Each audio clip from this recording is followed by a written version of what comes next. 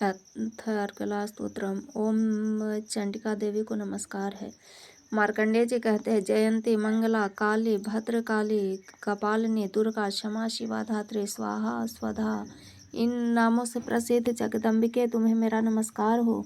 देवी चामुंडे तुम्हारी जय हो। संपूर्ण प्राणियों की पीड़ा हरने वाली देवी तुम्हारी जय हो। सब में व्याप्त रहने वाली देवी तुम्हारी जय हो। काल रात्रि तुम्हें नमस्कार हो। मधु और कैटभ को मारने वाले ब्रह्मा जी को वर देने वाले तुम्हें नमस्कार है।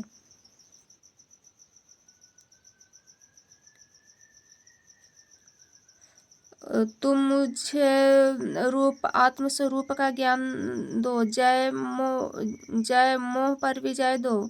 यश दो और काम क्रोध आदि शत्रुओं का नाश करो। महिषासुर का नाश करने वाले तथा भक्तों को सुख देने वाली देवी तुम्हें नमस्कार है। तुम रूप दो, जय दो, यश दो और काम क्रोध आदि शत्रुओं का नाश करो। रक्त बीज का वध और चंड मुंड का विनाश करने वाले देवी तुम रूप दो, जय दो, यश दो और काम क्रोध आदि शत्रुओं का नाश करो।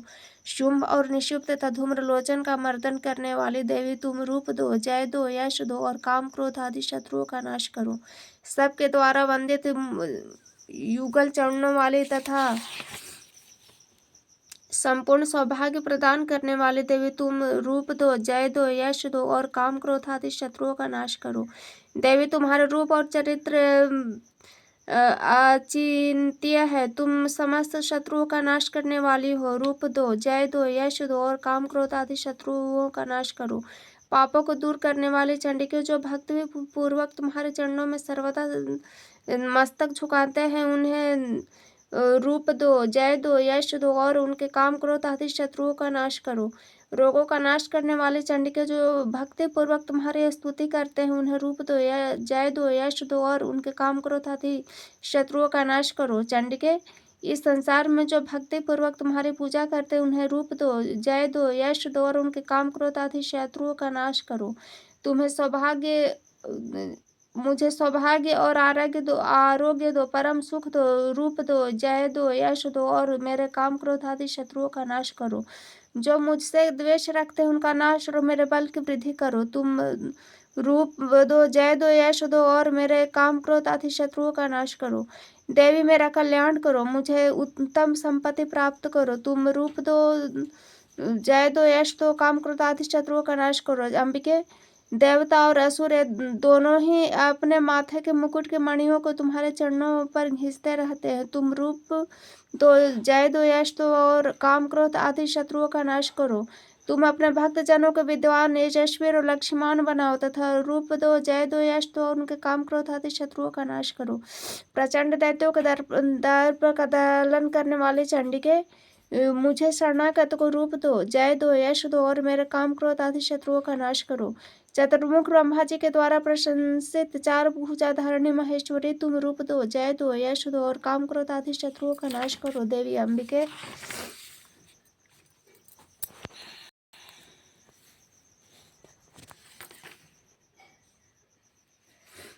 विष्णु नित्य निरंतर भक्ति पूर्वक तुम्हारी स्तुति करते हैं। तुम रूप दो, जय दो, यश दो और काम क्रोध आदि शत्रुओं का नाश करो। हिमालय कन्या पार्वती के पति महादेव जी के द्वारा प्रशंसित होने वाले महेश्वरी तुम रूप दो, जय दो, यश दो और काम क्रोध आदि शत्रुओं का नाश करो। शचीपति इंद्र द्वारा सद्भाव से पूजित होने वाले परमेश्वरी तुम रूप दो, जय दो, यश दो और काम क्रोध आदि शत्रुओं का नाश करो। प्रचंड भुज दंडों का दैत्यों का घमंड चूर करने वाले तुम रूप दो, जय दो, यश दो और काम क्रोध आदि शत्रुओं का नाश करो। देवी अंबिके, तुम अपने भक्त जनों को सदा असीम आनंद प्रदान करती हो। मुझे रूप दो, जय दो, यश दो और मेरे काम क्रोध आदि शत्रुओं का नाश करो। मन की इच्छा के अनुसार चलने वाली मनोहर पत्नी प्रदान करो, जो दुर्गम संसार सागर से तारने वाली तथा उत्तम कुल में उत्पन्न हुई हो। जो मनुष्य इस स्तोत्र का पाठ करके सप्तर्षि रूप महास्तोत्र का पाठ करता है, वह सप्तर्षि की जप संख्या से मिलने वाले श्रेष्ठ फल को प्राप्त होता है। साथ ही वह प्रचुर संपत्ति भी प्राप्त कर लेता है।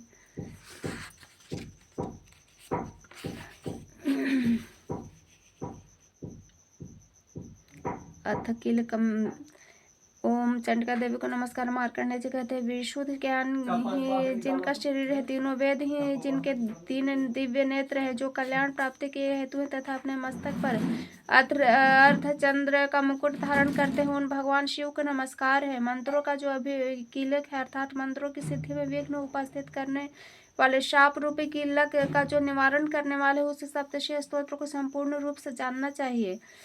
यद्यपि सप्तशी के अतिरिक्त अन्य मंत्रों के जप में भी जो निरंतर लगा रहता है वह भी कल्याण के भागी होता है। उसके भी उच्चाटन आदि कर्म सिद्ध होते हैं तथा उससे भी समस्त दुर्लभ वस्तुओं की प्राप्ति हो जाती है। तथापि जो अन्य मंत्रों का जप न करके केवल इस सप्तशी नामक स्तोत्र से ही देवी की स्तुति करते उन्हें स्तुति मात्र से सच्चिदानंद स्वरूपिणी देवी सिद्ध हो जाती हैं। उन्हें अपने कार्य की सिद्धि के लिए मंत्र, औषधि तथा अन्य किसी साधन उपयोग की आवश्यकता नहीं रहती। बिना जप के उनके उच्चाटन आदि समस्त अभिचारिक कार्य सिद्ध हो जाते हैं। इतना ही नहीं, उनकी संपूर्ण अभीष्ट वस्तुएं भी सिद्ध होती हैं। लोगों के मन में शंका थी कि जब केवल सप्तशी की उपासना से अथवा सप्तशी को छोड़कर अन्य मंत्रों की उपासना से ही समान रूप से सब कार्य सिद्ध होते हैं, तब इनमें श्रेष्ठ और कौन सा साधन है। लोगों की शंका को सामने रखकर भगवान शंकर ने अपने पास आए हुए जिज्ञासु को समझाया कि सप्तशी नामक संपूर्ण स्तोत्र ही सर्वश्रेष्ठ एवं कल्याणमय है। तदंतर भगवती चंडिका के सप्तशी नामक स्तोत्र को महादेव जी ने गुप्त कर दिया। सप्तशी के पाठ से जो पुण्य प्राप्त होता है उसकी कभी समाप्ति नहीं होती, किंतु अन्य मंत्रों के जाप जन्य पुण्य की प्राप्ति हो जाती है। अतः भगवान शिव ने अन्य मंत्रों की अपेक्षा सप्तशी के श्रेष्ठ निर्णय किया। उसे यथार्थ ही जानना चाहिए। अन्य मंत्रों का जप करने वाला पुरुष भी यदि सप्तशी के स्तोत्र और जप का अनुष्ठान कर ले तो वह भी पूर्ण रूप से कल्याण का भागी होता है, इसमें तनिक भी संदेह नहीं है। जो साधक कृष्ण पक्ष की चतुर्दशी तथा अष्टमी को एकाग्रचित होकर भगवती की सेवा में अपना सर्वस्व समर्पित कर देता है और फिर उसे प्रसाद रूप से ग्रहण करता है, उसे भगवती प्रसन्न होती है, अन्यथा उनकी प्रसन्नता प्राप्त नहीं होती। इस प्रकार सिद्धि के प्रतिबंध रूप कील के द्वारा महादेव जी ने इस स्तोत्र को कीलित कर रखा है, जो पूर्णव्रत रीति से निष्कीलन करके इस सप्तशी का स्तोत्र प्रतिदिन स्पष्ट उच्चारण पूर्वक पाठ करता हुआ मनुष्य सिद्ध हो जाता है। वही देवी का पार्षद होता है, वही गंधर्व भी होता है। सर्वस्त्र विचरने पर भी इसमें संसार में उसे कहीं भी भय नहीं होता। वह अब मृत्यु के वश में नहीं रहता था। देह त्याग गने के अंतर मोक्ष प्राप्त कर लेता है। अतः कील को जानकर उसका परिहार करके सप्तशी का पाठ आरंभ करे। जो ऐसा नहीं करता उसका नाश होता है। इसलिए कीलक और ऋषकीलक का ज्ञान प्राप्त करने पर भी यह स्तोत्र निर्दोष है और विद्वान पुरुष इस निर्दोष स्तोत्र का पाठ आरंभ करते हैं। स्त्रियों में जो कुछ भी सौभाग्य आदि दृष्टिगोचर है वह सब देवी के प्रसाद का ही फल रहता है। इसे कल्याण में स्तोत्र का सदा जप करना चाहिए। इस स्तोत्र का मंद स्वर से पाठ करने पर स्वल्प फल की प्राप्ति होती है, उच्च स्वर से पाठ करने पर पूर्ण फल की प्राप्ति होती है। अतः उच्च स्वर से ही इसका पाठ आरंभ करना चाहिए, जिसके प्रसाद से ऐश्वर्य, सौभाग्य, आरोग्य, संपत्ति, शत्रुनाश तथा परम मोक्ष की सिद्धि होती है। उन कल्याण में जगदम्बा के स्तुति मनुष्य क्यों नहीं करते।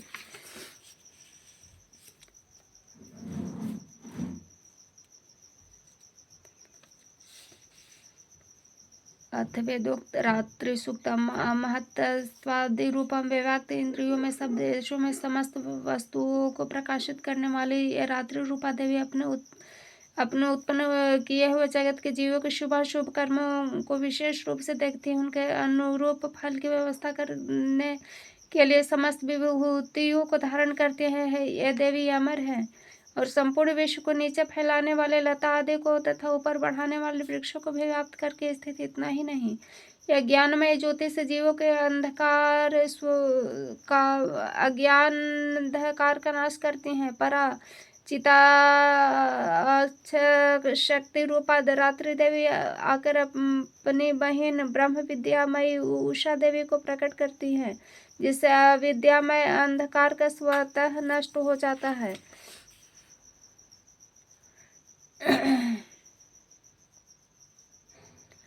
वे रात्रि के देवी इस समय मुझ पर प्रसन्न हो, जिसके आने पर हम लोग अपने घरों में सुख से सोते हैं। ठीक वैसे ही जैसे रात्रि के समय पक्षी वृक्षों पर बनाए हुए अपने घोंसले में सुखपूर्वक शयन करते हैं, उन करुणामयी रात्रि देवी के अंग पर संपूर्ण ग्रामवासी मनुष्य, पैरों से चलने वाले गाय घोड़े आदि पशु, पंखों से उड़ने वाले पक्षी एवं पतंग आदि, किसी प्रयोजन में रहने वाले पथिक और बाज आदि भी सुखपूर्वक सोते हैं। है रात्रि में ये शक्ति, तुम कृपा करके वासनामय वृत्त की तथा पापमय वृक्ष को हमसे अलग करो। काम आदि तस्कर समुदाय को भी तू दूर हटाओ। तदंतर हमारे लिए सुखपूर्वक तरने योग्य हो जाओ, मोक्षदायिनी एवं कल्याणमयी बन जाओ। हे उषा, हे रात्रि के अधिष्ठात्री देवी, सब ओर से फैला हुआ अज्ञानमय काला अंधकार को मेरे निकट आ पहुंचा। तुम इसे ऋण की भांति दूर करो। जैसे धन देकर अपने को भक्तों को ऋण दूर करते हो, उसी प्रकार ज्ञान देकर इस अज्ञान को भी हटा दो। हे रात्रि देवी, तुम दूध देने वाले गौ के समान हो। मैं तुम्हारे समय पाकर स्तुति आदि से तुम्हें अपने अनुकूल करता हूँ। परम व्योम स्वरूप परमात्मा की पुत्री, तुम्हारी कृपा से मैं काम आदि शत्रुओं को जीत चुका हूँ। तुम स्तोत्र के भांति मेरे से विषयों को भी ग्रहण करो। ओम सभी देवता देवी के समीप कर और नम्रता से पूछने लगे, महादेवी तुम कौन हो? उसने कहा, मैं ब्रह्म स्वरूप है, तो स्वरूप हूँ। मुझसे प्रकृति पुरुषात्मक संद्रूप और असंद्रूप जगत उत्पन्न हुए। मैं आनंद और आनंद रूपा हूँ। मैं विज्ञान और विज्ञान रूपा हूँ। अवश्य जानने योग्य ब्रह्म और ब्रह्म भी मैं ही हूँ। पंचीकृत पंचीकृत महाभूत भी मैं ही हूँ। यह सारा दृश्य जगत मैं ही हूँ। वेद अवेद मैं हूँ। विद्या अविद्या भी मैं हूँ। अजा और अनजा भी मैं, नीचे ऊपर अगल बगल भी मैं ही हूँ। मैं रुद्रो वसु में रूप में संचार करती हूँ। मैं आदित्यों विश्व देवों के रूप में फिरा करती हूँ। मैं मित्र और वरुण दोनों का, इंद्र एवं अग्नि और दोनों अश्विनी कुमारों का भरण पोषण करती हूँ। मैं सोम त्वष्टा पूषा भग को धारण करती हूँ। त्रैलोक्य को आक्रांत करने के लिए विस्तृत पारक्षेप करने वाले विष्णु महादेव प्रजापति को मैं धारण करती हूँ। देवों में उत्तम हवि पहुंचाने वाले, सोमरस निकालने वाले यजमान के लिए हवि द्रव्यों से युक्त धन धारण करती हूँ। मैं संपूर्ण जगत की ईश्वरी, उपासकों को धन देने वाले ब्रह्म रूपा यज्ञारोह में यजन करने वाले योगी देवों में मुख्य हूँ। मैं आत्मस्वरूप पर आकाश आदि निर्माण करती हूँ। मेरा स्थान आत्मस्वरूप को धारण करने वाले बुद्धिवृत्ति है। जो इस प्रकार जानता है वह दैवी संपत्ति लाभ करता है। तब उन देवों ने कहा, देवी को नमस्कार है। बड़े बड़ों अपने अपने कर्तव्यों प्रवृत्त करने वाले कल्याण करती को सदा नमस्कार है। गुण सम्या समवस्था स्वरूपिणी मंगलमयी देवी को नमस्कार है। विनय युक्त होकर हम उन्हें प्रणाम करते हैं। उन अग्नि से वर्ण वाली, ज्ञान से जगमगाने वाली, दीप्ति करती, कर्म फल प्राप्ति के हेतु से की जानने वाले दुर्गा देवी की हम शरण में हैं। असुरों का नाश करने वाली देवी तुम्हें नमस्कार है। प्राण रूप देवी, जिस प्रकाश मान वैखरी प्राणी को उत्पन्न किया, उसे अनेक प्रकार के प्राणी बोलते हैं। वह काम धेनु तुल्य आनंददायक है। अन्न तथा बल देने वाले भाग्य रूपिणी भगवती उत्तम स्तुति से संतुष्ट होकर हमारे समीप आए।